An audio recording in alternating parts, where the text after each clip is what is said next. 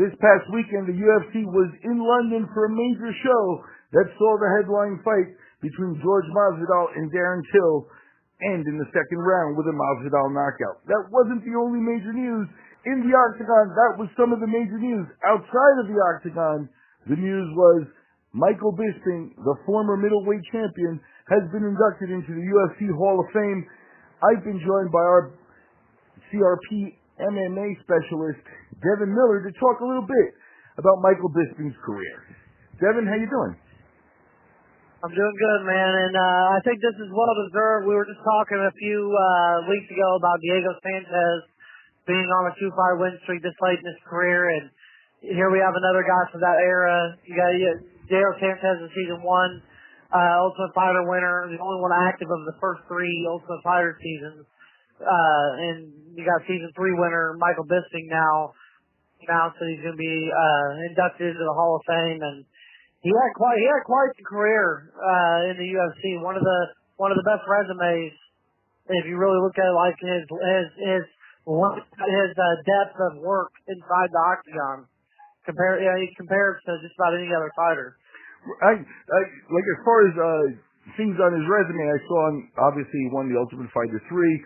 Obviously had a run with the middleweight title, which came at the end of his career, and definitely was a nice feather in his cap. But I think the true word for him is long-lived. That his longevity is what makes him stand out, because he was a force on the TV show. He's got a personality and everything, and you know, you see here when he was inducted and stuff that he's one of those other guys that really his personality hasn't changed, and he's still going to be himself and talk about it. He was very seemed humbled by the honor of being put into the UFC Hall of Fame, but at the end of one of his little thank yous, he told people that he was going to talk about this a lot. And that fits right in. He deserves it. I really do feel he deserves it.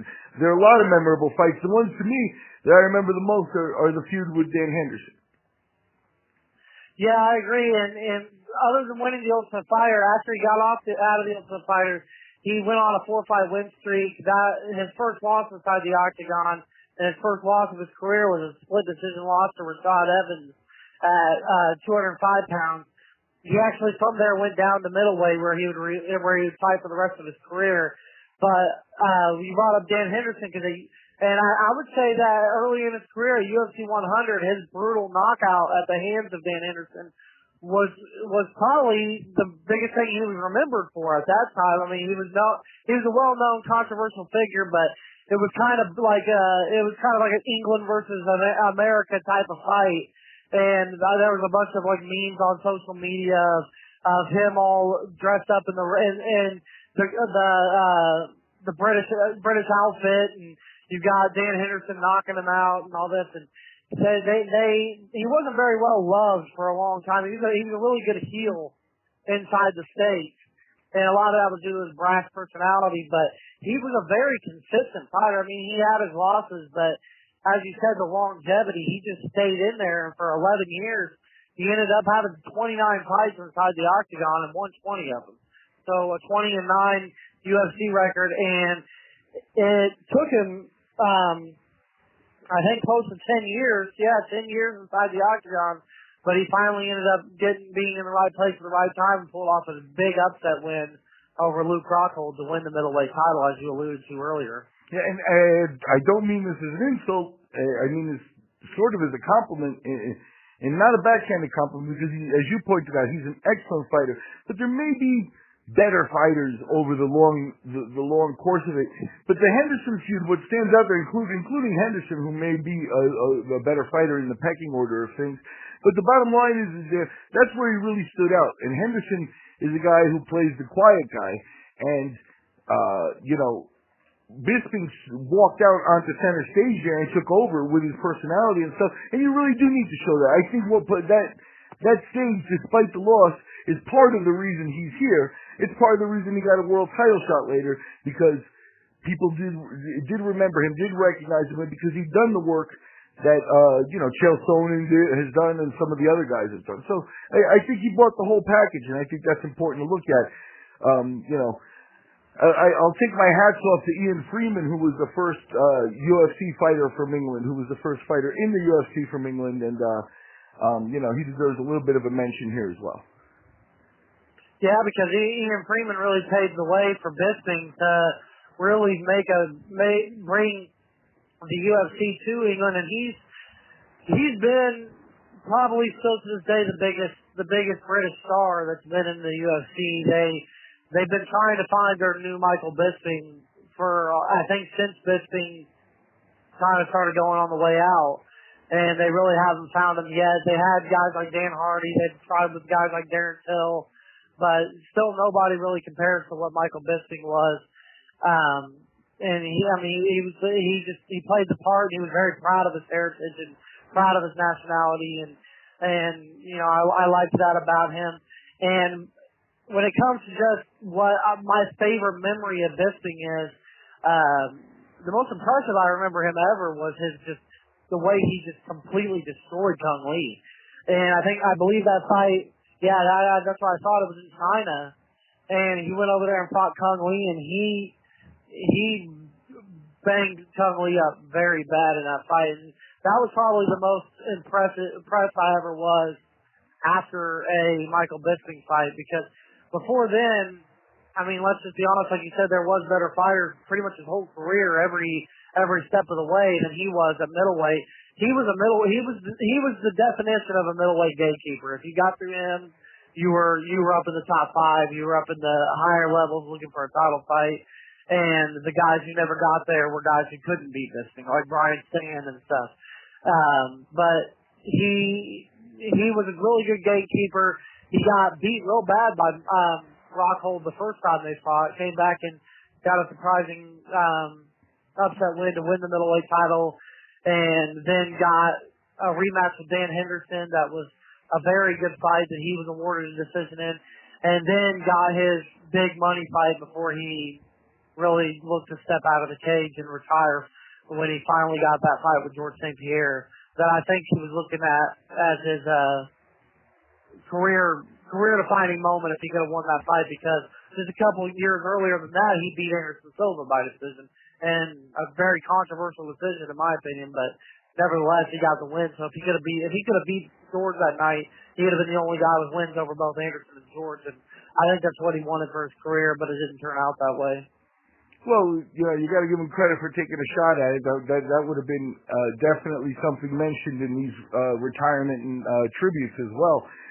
But I agree with you. I think the Kung Lee win was critical for him, because it was a situation where I think if he takes a loss there, you're talking about pretty much the end of his career.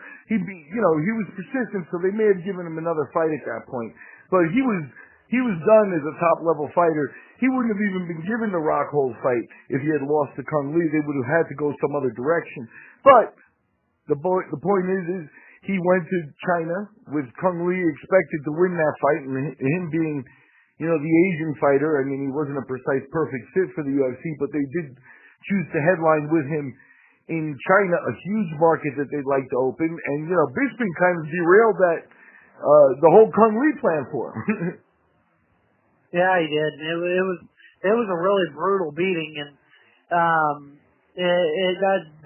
like I said, that was one memory that definitely stood out in my mind. But one thing I do want to get to with Bisping getting inducted is this has to give, for people to see this, when before this we've had a lot of people get inducted into the Hall of Fame so far, but it's been guys like Randy Couture and BJ Penn, Matt Hughes. We're talking the elite of elite for their time, getting Tuck Liddell, getting inducted, and that was somebody like Bisping, who, like I said, was kind of a gatekeeper for the majority of his career. He wasn't a champion. I don't even believe he ever fought for the title, other than when he won it against Rockhold. And before that, I might be mistaken about that, but I don't believe he ever fought for the title before then. But this has to give a lot of hope to guys like we mentioned, Diego Sanchez, Donald Cerrone, especially since Cerrone's got the UFC win record and has had plenty of losses on his record, but has just been consistent and had longevity. And there's others I'm thinking of, like maybe Rafael Dos Anjos and some guys like that. Some of these guys that have that never won the title, Uriah Faber maybe, that never, that were just consistent throughout their career. And, sure. You got guys that are, like Cerrone and Sanchez who have never won UFC gold. And the guys, and Faber, there were guys that were definitely draws as well. And I think that in the modern era, you have to consider the capability of being a draw.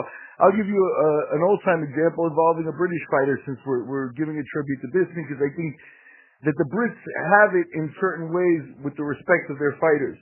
Back in the old days, during the Bodog promotions, the fighters had a promotion among themselves where they could get people to respond to their Twitter response, or it was something on social media with Twitter and things like that, and how many people they could get to either sign up or to like or to follow or whatever it was. And, you get a spreadsheet at the end, and you had certain fighters that had like 700, 800 people following them on social media or doing whatever it was that they were tracking at that point. And then Brad Pickett came in with 28,000. So wow. He was so further ahead in in that aspect that he won whatever the prize was, and I'm not sure if it was cash. I'd have to really look back and see what the exact details were. But I know that Pickett was one of the guys, and another guy who became a UFC star that defined himself through winning that part of it. And I think it was getting people to vote their fight as fight of the night through social media. Go to social media and vote for my fight, something like that. But the other guy was Chael Sonnen. But Bisping is another guy who, on top of everything else, is a guy who they put on TV in England and is doing very well in terms of commentary and things like that. And again, his personality is carried over into another medium. So I don't think, I don't know. I don't want to say I don't, but I don't know that Bisping signals loosening in some of the UFC's criteria. I think that they're ready to present him as that legendary Randy Couture type figure for the Brits. I think that it does them well to do that, and at the end of the day, you saw this weekend, there's a card full of British fighters that are developing under there. Those days will come again, just not for Michael Bisping.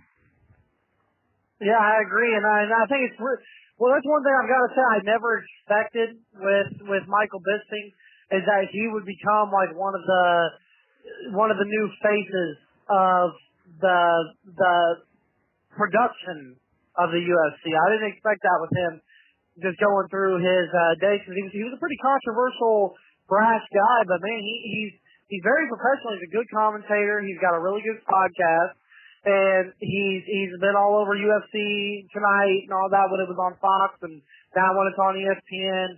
And I think we're going to be seeing a lot more of him. And as you said, I think that he's going to take a very active role in developing British talent.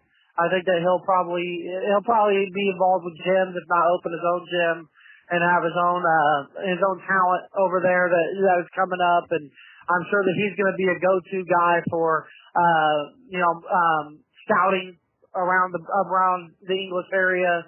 And I think that he's going to be somebody that the UFC is definitely going to employ and is going to use in the future. And I believe he's earned that. And I was never like the biggest fanboy of Michael Bisping throughout his career, but he was a well-rounded fighter. He was always game. You never really had any issue with him making weight or pulling out of fights or just being inactive for long periods of time. He was always game. He was always there. He always showed up, and it's cool to me to see guys like that who maybe weren't the Anderson Silva in Silva's prime, or I remember him getting beat by TRT Vitor when Vitor was just jacked up on TRT, and he got beat by Rockhold. And I remember Chael Sonnen and him fighting, and Sonnen grinding out the decision, and Vanderlei Silva. Like, some of these guys, they have these up and down careers, but man, him and Diego Sanchez and Donald Cerrone, I mean, they're just examples right now that we're seeing of these guys in their late 30s. Bisping's officially finally called it quits, but you got Sanchez and Cerrone as other guys that have stayed with it even through their losses, and that's paid off in the long run. Just taking your L's and just coming back and just keep doing what you're doing. And Bisping's going to be awarded with a Hall of Fame spot because of it. And I got the impression from Bisping early on, and I think what you said, it summed it up pretty good, that he was a good soldier. You know, that he was a good soldier for the UFC, and that he always had, and that he also bought that soldier's mentality of, self-sacrifice will get you what you need. And, at the end of the day, he got himself to the title shot because of hard work and because, he was willing to still have the mindset. A lot of guys just, John Jones wouldn't take a fight on 10 days' notice just because he was done with that sort of stuff. He was fine with it. And that's that good soldier mentality. And I think part of it plays out now, as you said, as a broadcaster and stuff like that, is that he gets it. He gets it, and he is doing what he has, because that broadcasting stuff is also, it's a whole different discipline, but it is discipline. It's sitting there and, having a guy tell you in your ear, you got 10 seconds to wrap up, and it's like, oh shit, and now you got 10 seconds, you got a camera on you, you can't look surprised, you can't, so he's doing a real good job in terms of all that, and that's not for everybody. So, kudos to Michael Bisping. He deserves his Hall of Fame spot for his fighting. Hopefully he gets the Hall of Fame spot for his broadcasting later on. I agree, and I'm interested to see who else they are looking at now in the future. I'm not sure if Uriah has already been nominated or got put in there. I don't think he has, but he would be somebody interested that I'd be interested to see if they, since he's formally retired now, if they go ahead and induct him. And I'm sure George St. Pierre on the horizon now that he's a quote unquote officially retired, which I think could change. I'm still sticking by that, but. For the most part, though, this is Michael Bisping's, this is time to really just applaud Michael Bisping for what he did. And, I think he got out at a good time. He got the title, got his big money fight with George. He fell short. He came back and got knocked on his ass by Kelvin Gastelum in the first round, and he said, all right, I'm good. I'm not going to try to fight these kids. But, and kudos to him because he doesn't need to anymore. And instead he'll be there breaking down with Dan Hardy and Kenny Florian and all them, Adesanya and Gastelum in a month and, probably making good money to do so. So, and he's paid his dues and he's going to let this new generation bang it out while he watches and covers it. So, yep. He deserves to ride off in the sunset with what he's got. The CRP's thank you and goodbye to Michael Bisping. Definitely a fighter who paid his dues and earned everything he's gotten. Don't let anyone say his Hall of Fame spot's undeserved. The first Brit, probably not the last, but nobody can take that away from him. Michael Bisping, UFC Hall of Famer.